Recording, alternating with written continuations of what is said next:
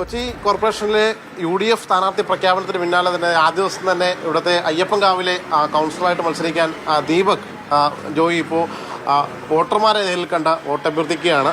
എന്തായാലും ഇന്നിപ്പോൾ നിയമസഭ കഴിഞ്ഞ് വീണ്ടും കൗൺസിലറായിട്ട് മത്സരിക്കുകയാണ്. തീർച്ചയായിട്ടും പാർട്ടി എന്നോട് നിർദ്ദേശിക്കുന്നത് ഇപ്പോൾ കോർപ്പറേഷനിൽ മത്സരിക്കാൻ പറഞ്ഞു. ആ വെല്ലുവിളി ഏറ്റെടുത്തു.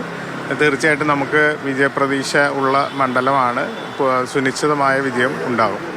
അപ്പോൾ ഈ മുൻ കൗൺസിലർ കൂടി ഇവിടെ വന്നിട്ടുണ്ട്. അപ്പോൾ എങ്ങനെയുണ്ട് ആ ഒരു വിജയം ആവർത്തി കൊടുക്കാൻ പറ്റുമോ? തീർച്ചയായിട്ടും ഞാൻ ഒരുപക്ഷെ ഞാൻ നേടിയതിനേക്കാൾ കൂടുതൽ വോട്ടുകൾ ദീപകിന് നേടാൻ സാധിക്കും. കാരണം അത്ര നല്ല പ്രവർത്തനമാണ് ആദ്യം കൗൺസിലറായിരുന്ന സമയത്ത് അദ്ദേഹം കാഴ്ചവെച്ചിട്ടുള്ളത്.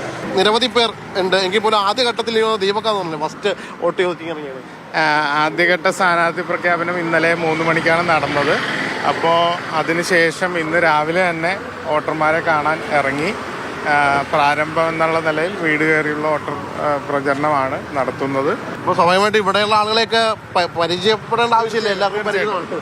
പക്ഷേ എൻ്റെ നിലവിലുള്ള വാർഡിൽ എൻ്റെ അത്രേ ഭാഗം തന്നെ പുതിയതായി ഒരു കൂട്ടിച്ചേർക്കൽ നടന്നിട്ടുണ്ട്, പുതിയ ഡീലിമിറ്റേഷനിൽ.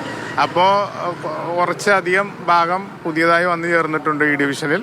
അപ്പോൾ ആ ഭാഗം കൂടി കോൺസെൻട്രേറ്റ് ചെയ്ത് പുതിയതായി വർക്ക് ചെയ്യുന്നു. ഇക്കുറി നേരിടുന്നൊരു പ്രതിസന്ധി എന്ന് പറഞ്ഞാൽ 2020 ഇപ്പോൾ കൊച്ചി കോർപ്പറേഷനിൽ മത്സരിക്കുന്നുണ്ടെന്നാണ്.